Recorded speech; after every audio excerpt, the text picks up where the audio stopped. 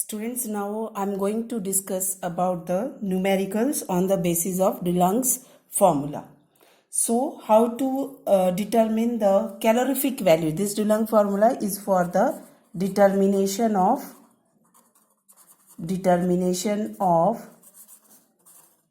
calorific value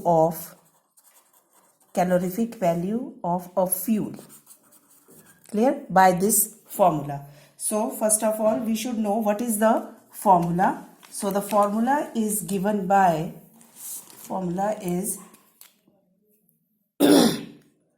L is equal to 1 upon 100 bracket start 80 C plus 34500 then bracket start H minus O upon 8 plus 2240 S then bracket close kilocalorie per kg. This is the formula, DeLong's formula. Now here L is calorific value. L stands for calorific value. C stands for the percentage of carbon.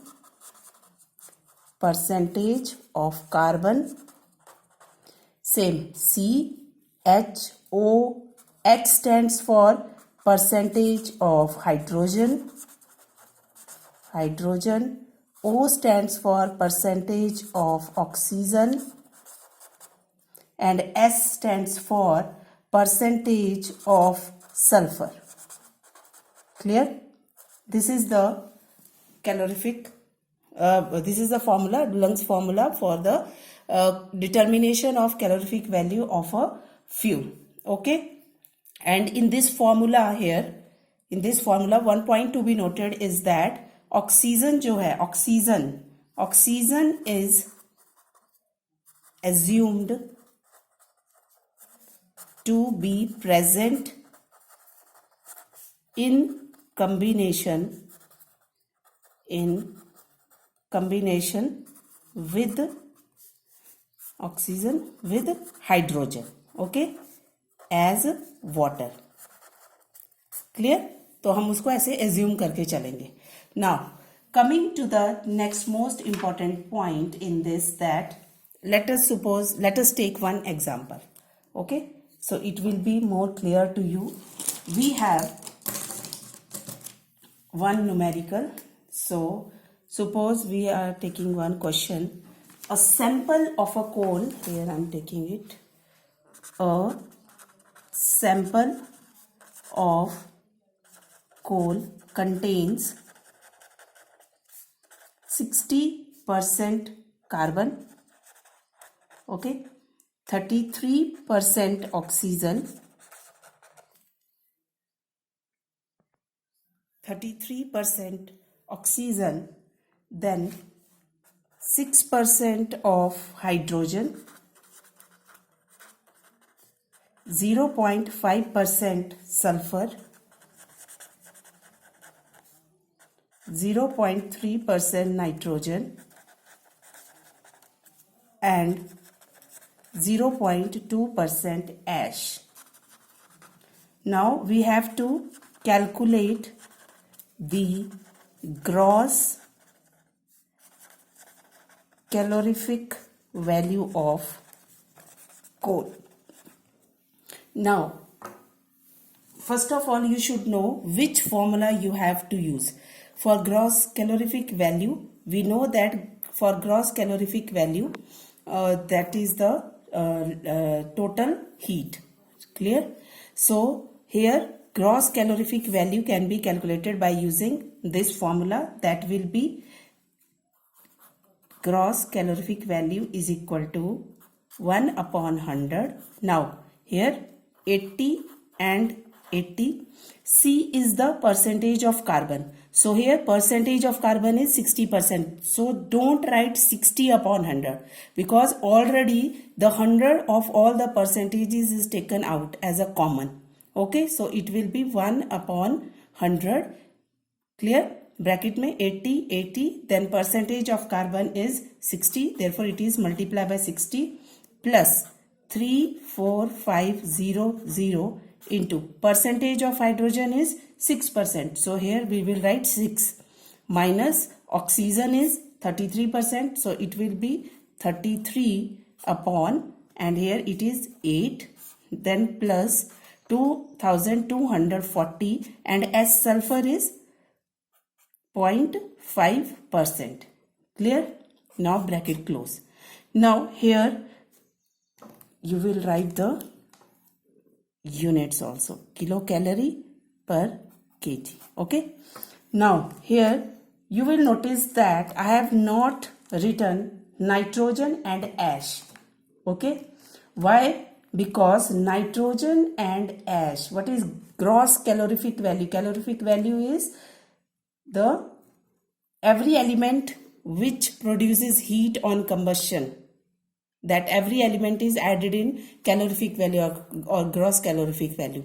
But here we should know that nitrogen and ash, nitrogen and ash do not produce any heat on combining with oxygen. Okay, so nitrogen and ash जो है, they do not produce any heat. Remember this. If they do not produce any heat, it means it will not contribute towards the calorific value. So here in this numerical we will not add nitrogen and and ash. So on solving we will get the answer.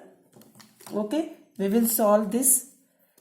All of you know how to solve this. Multiply this, then solve this, multiply this with it, and plus this, and multiply and add all the digits, and then divided by 100. So I will let you know the answer will be at the end is 1 by 100 into this is 550607.5.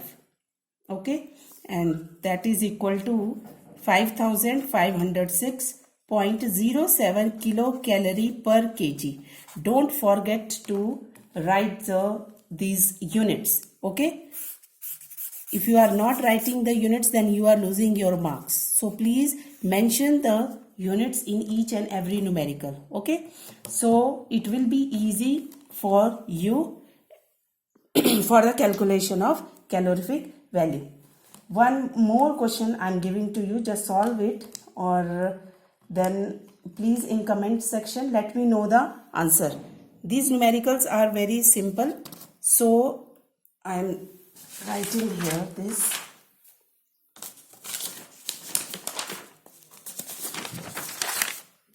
Here I am writing this numerical. Calculate the calorific, just learn the formula. Okay, the numericals are very easy. Calculate the calorific value of fuel using DeLong's formula. Okay, here carbon is 75%, hydrogen 6%, oxygen 8%, nitrogen is 2.5%, and sulfur is 1.5%. Okay, do this numerical and write your answer in comment section. I will let you know whose answer is correct. Okay, this is very easy numerical. Okay students, now in next lecture we will discuss about liquid fuels. Already we have discussed this in classification of fuels, and liquid fuels, as we know, that is most of the important fuel which is used in domestic industry or transport. Clear?